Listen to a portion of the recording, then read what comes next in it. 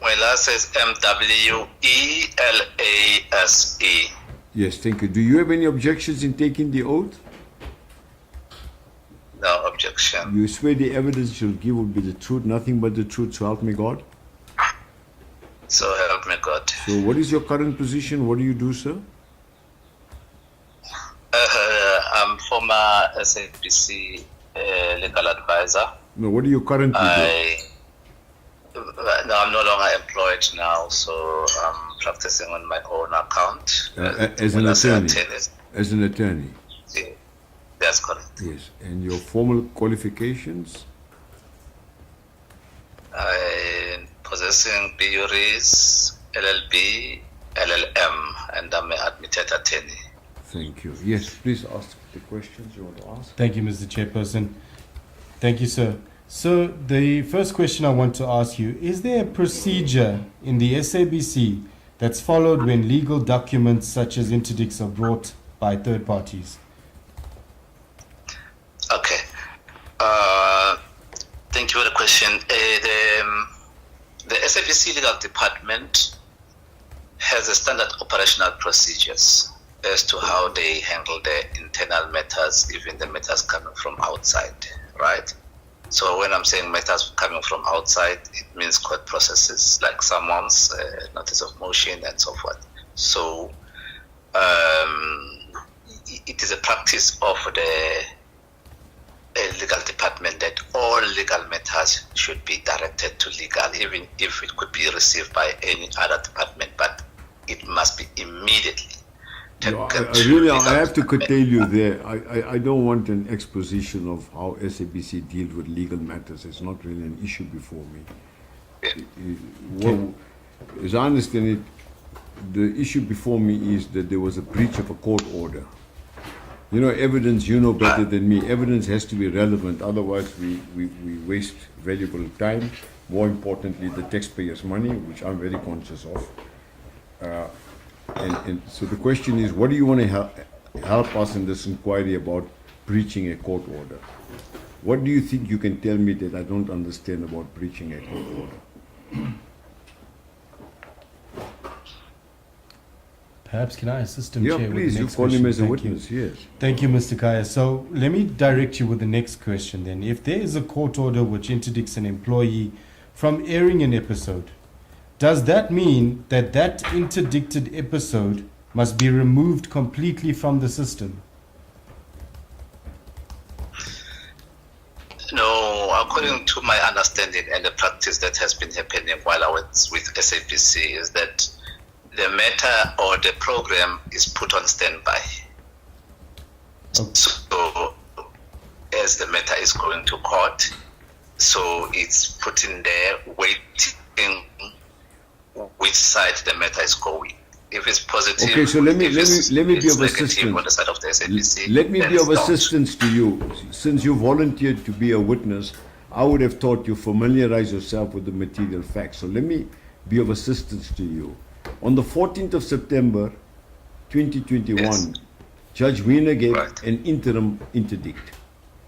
The next day, the wording was refined. Yes. Nothing really turns on that. The interim interdict says you will not air, broadcast, or publish this particular report pending the Yes. outcome of an action which you will institute, which the affected parties will institute within 10 days. If the action is not Alright. instituted, then the interim interdict lapses, it falls away. The affected parties Yes. did in fact issue a summons on the 27th or the 28th of September that is within the 10 Yeah. court day period, which means the interdict became permanent pending the outcome of an action. Now you have practiced Yes. in Johannesburg, you know the time period for a trial in Joburg is anything between a year and 3 years. So you have an Yes. interdict in place, minimum for a year, maximum for 3 years, because that's what it takes to run a trial in Joburg. Yes. Now, in that particular period, the issue is whether the head of news in that particular period may or may not have been negligent as I see the issue before me, in not taking appropriate steps to make sure that that particular report is not aired. Because if the report is aired, whether wittingly or unwittingly, it amounts to a breach of a court order, and one wants to avoid that. That is the issue before me now. Having regard to that issue before me, what do you want to tell me that can be of assistance in the matter? Okay. Look, well, my understanding of the matter here is that once the legal department receives the judgment, then it must be communicated to the relevant business unit, and they explain the consequences of the judgment as is. So, because why we used to do that, because at times there is some legal issues or some jargon that the business unit could not understand. We used to interpret it for them or try to give So I understand again, it has to be relevant, otherwise we can talk for the whole day. Chairperson, can I No, just but lead you into should have the- prepared the witness. Correct, I'm upset correct. because we're going Yes. nowhere. The last Is it question- your evidence that the legal department did not communicate this to the relevant business unit? Is that your evidence?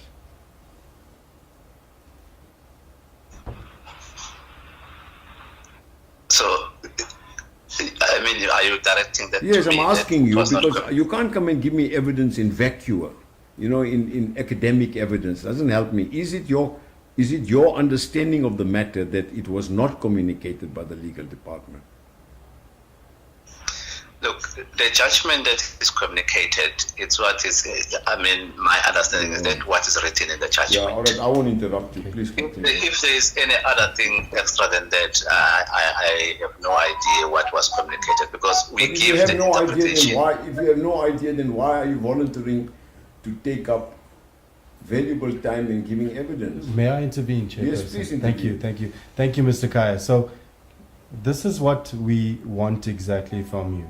The interdict came in on the 14th of September 2021. And as the Chairperson rightly pointed out, that it'll fall away if it does not become final. The interdict did not mention that the matter, that the episode, the interdicted episode, must be removed completely from the system. In that case, is there an obligation, what I want to know from you, to remove that interdicted episode completely from the system if the interdict doesn't mention it? Yes, if the interdict doesn't mention it, I mean, as a normal practice, as I said earlier on, it's not the practice of the SABC that we remove completely, because remember, the matter is not complete yet. Okay. So it remains there on the system, but it would not be put on air, waiting for the finalization of the judgment. What the normal legal advisor communicate to business unit is to say, look guys, we are interdicted. Please don't put this program on air till the matter is finalized. Okay. That's all. Thank you, Mr. Kaya. Chairperson, Yeah. that's all. Not we that wanted. not that it's removed on the system. No, it's not removed from the system. Okay. Thank you. No further questions. Thank you. Cross-examination? Mr. You better come here to cross-examine so you can see the witness. I'm happy. I don't think I need to see him. You sure? Yeah, I'm Thank you. quite happy. Mr. Mwelase, you're talking about the system. He might want to see you, please. I think to be fair to the witness, I'll just stand here. That's fine.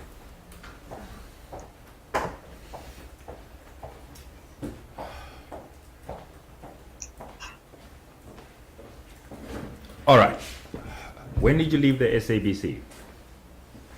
I left the SABC end of March End of March this year. this year. Yes. All right. This system that you and Mr. Moodley are talking about, what is it called? Look, the system that I cannot recall precise the name, but what I do know that the program is put on the system where it will be ready for the broadcast, and it's something that can be controlled by those people at FCC. those people who are pressing a play button to put the program on air. Oh, okay. So you actually don't know the system, am I right? Yourself. I don't know the system myself. So you can't talk about a system that you don't know, am I right? Come again? You can't talk about something you don't know. I mean, the play button, I don't even know what that was. Can you talk about something you don't know? Have you seen the play button?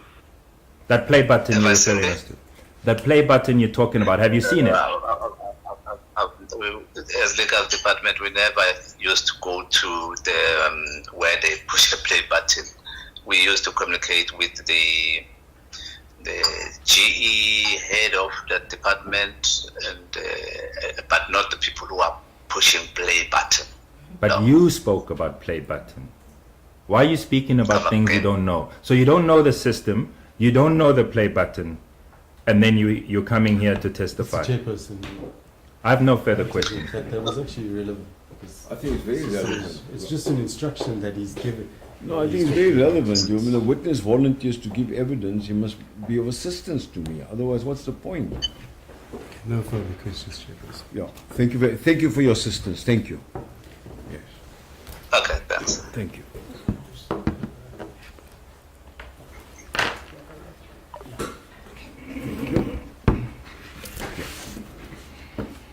Miss Magopeni, your full names are Phathiswa Magopeni.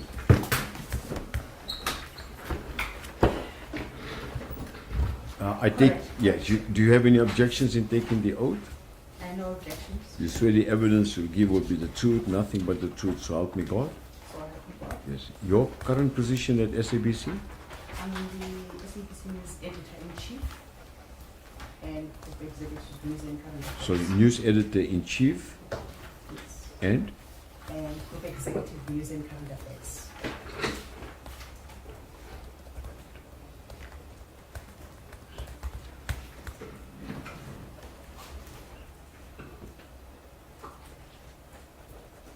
Just a few questions for me to understand. So you are the person really head of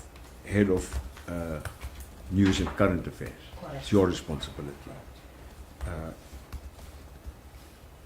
Since the event that took place, this particular event, you have not been on suspension. Is that my understanding correct? Correct. You have been at work. I've been at work. Yeah. Just a little about your background.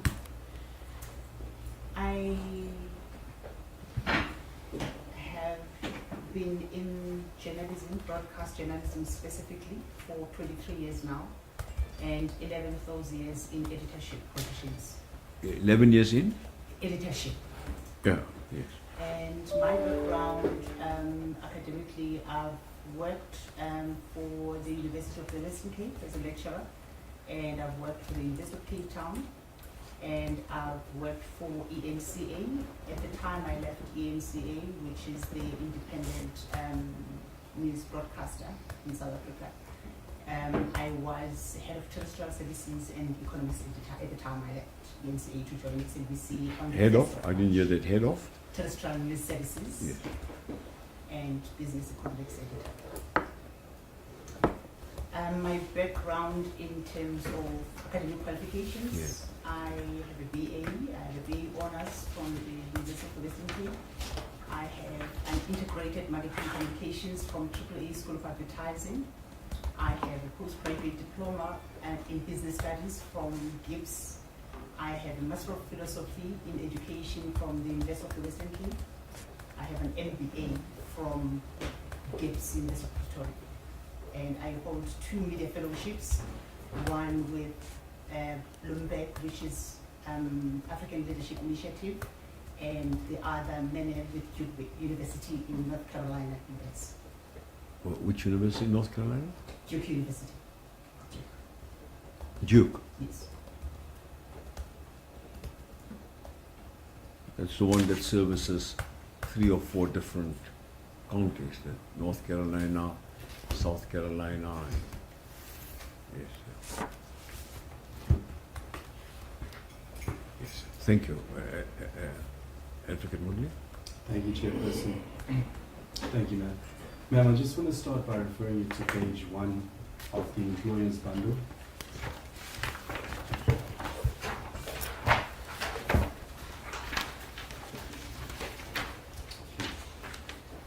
Now, do you recognize this letter that was sent to you on the 18th of November 2021, correct? I recognize it. Actually, it was I was invited, and the letter was given to me in person. Okay. And then if you turn to page 3, this is your response to that letter. Correct. Yes. All right. Briefly tell us, what are you stating in this response? What I was stating in the response, I had been invited to indicate why I should not be taken through a disciplinary hearing, considering the issues that are raised in the letter that I was given on the 18th of November. So what I was stating in this letter was that the news division had complied fully with the interdict requirements as they were communicated to us by the legal division, and that at no point did we or did I give any instruction to the effect that it must be played.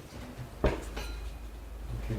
When you said that it must be played, it's common cause here that we're here today for the special assignment episode that was interdicted from airing on the 14th of September 2021, and the interdicted episode subsequently aired on the 26th October 2021. Is that the episode you're referring to? It's not. It's a different episode. What was interdicted is what was meant to air on the 15th of September. That didn't go to air as a result of the interdict. And what was aired on the 26th was the interdicted episode, whereas we had given an instruction from news for a repeat episode to be aired with the details that were given by the journalist. Okay. And who gave that instruction from news? It was, for which date? For for that interdicted episode, for the episode from the 5th of October to be played on the 26th of October. It was Nadiva who testified yesterday. All right. And then tell me, what's your day-to-day involvement in your department? My responsibility in the department, firstly, I lead a team of about 738 journalists. You can add to that freelancers that takes just about 1,000 employees in the division. And I oversee strategically, operationally, and editorially the functions of the division. And the division has we provide news content to 18 radio stations, and 14 of those radio stations carry long form content, which is current affairs. And basically, for radio stations, we produce about 187 current affairs programs every week.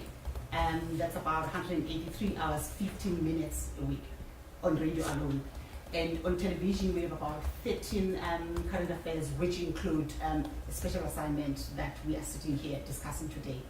And with that, we have about 28 executive producers that are responsible for current affairs across platforms.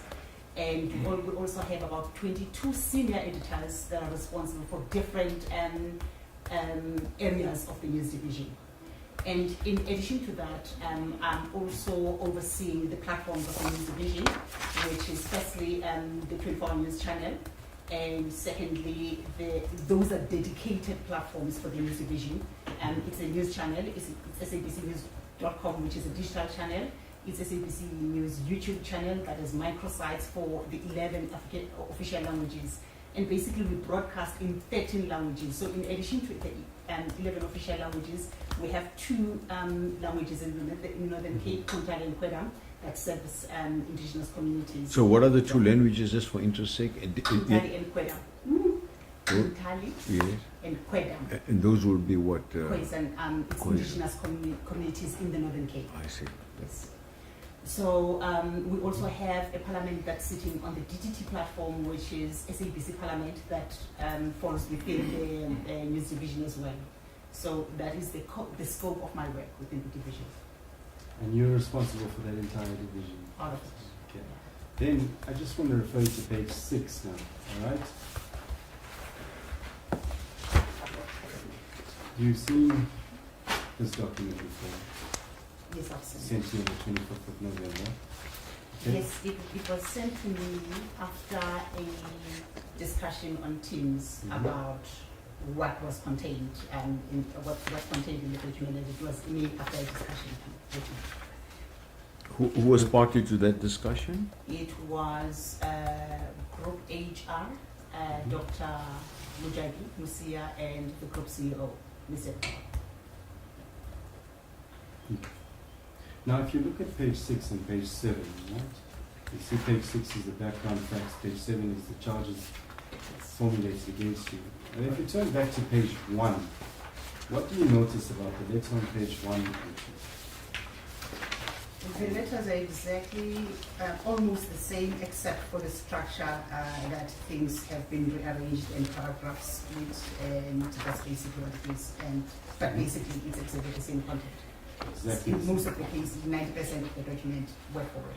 Therefore, was the letter that you sent on the 19th of November taken into consideration? From the reading of the two letters, not a single aspect of my letter was considered in the two. And I'm going to ask you about this in detail later. But when you received this charges on on the 25th of November 2021, were you called to do any investigations prior to receiving this? Not at all.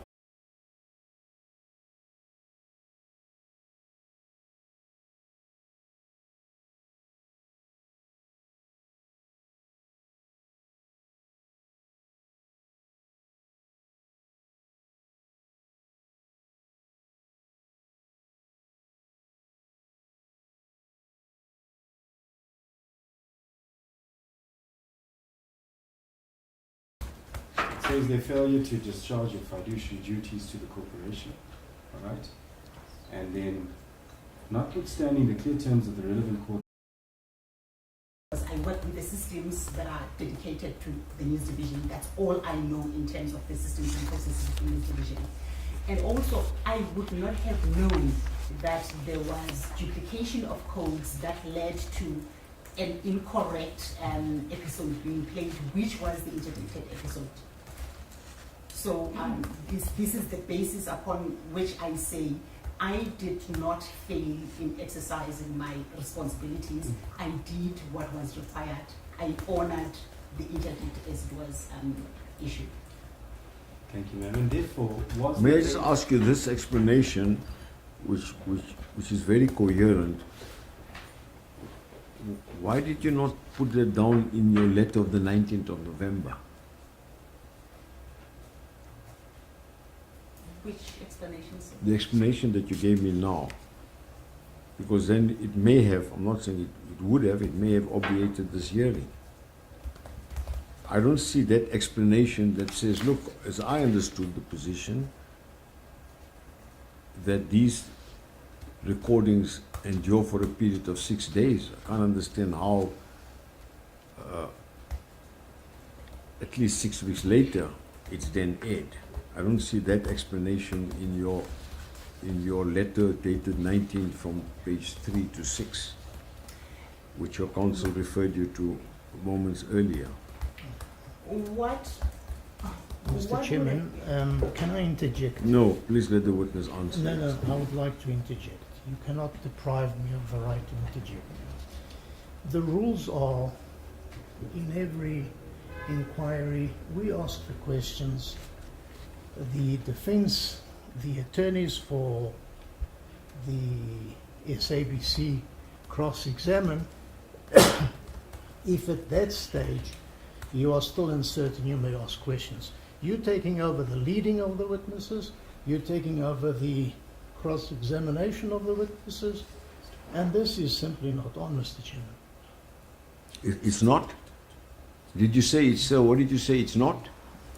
Not acceptable, Mr. So Chairman. you are applying for my recusal? No, it's our applying that you follow fair procedure. No, but this witness is a highly educated witness. She can look after herself. And I want to get to the true facts. I just want to understand that if that explanation, which is very coherent to me, if that explanation is acceptable, then we're wasting time here. Then that's the end of this matter. If she genuinely believed that this recording only lasts for 6 days, then what did she do that's wrong? She I must vindicate immediately. Now the question I want to ask is, why didn't she say that? If she had said that, then we wouldn't have been here. What's unfair about that? Chairperson, may I interject? You are Yeah. permitted to ask questions. Of course I'm prepared to clarify anything. Miss Magopeni, just understand this here. I've been in this game for a long time. I have no particular affiliation to SABC or to anybody else. But my job here is to get to the true facts as soon as possible. I don't delay these hearings. And then to give a ruling. If you must be vindicated, then you must be vindicated like the first day of the hearing. Because unfortunately, as these matters proceed further, my experience has been the parties actually get drawn out further. And it is my regrettable conclusion after 35 or 40 years of practice, I don't see, generally speaking, I don't see how lawyers in disciplinary inquiries actually assist the parties. They don't bring the parties together. Our system is too adversarial. So when I ask you a question, I'm asking a question to satisfy my own conscience. Because I don't keep it behind and then put it down in my ruling to say, well, I don't believe you, I don't trust you. I put it to you because it's something troubling me, because I've read these papers, I understand this case here. And I understand that SABC has a desire to get to the bottom of the matter. They see you as the head of news, and they see you as the person responsible for the domain. So when that interjection comes, really, don't think I'm here to crucify you at any cost. That's not my job here. My job is here is to get to the true facts and find a solution to the problem. And I think all reasonable South Africans also want that, because we value you as a leading journalist in this country. You're looking after the public broadcaster, and your responsibility is grave, far more important than mine or many of the people sitting here, because you do public service, we do private service. It's a big difference. But I have to ask you this question, because this whole thing is troubling me. Why is it gone so bad? It shouldn't be here. So that's why I ask you the question. You may have a perfectly reasonable explanation. Here's my explanation, Chair. When I was asked by the CEO to submit a report, it was during the time of the elections. And this was on the 2nd of November. And I could not pay any attention to anything at that time because I was at the Rock when the processing of the IEC results happens. I did not see the letter that was, in fact, the email that was sent to me on the 2nd. Then on the 3rd, around midday, I saw the email and I immediately responded and indicated that I had not seen his email because he had said I must respond by 5 o'clock.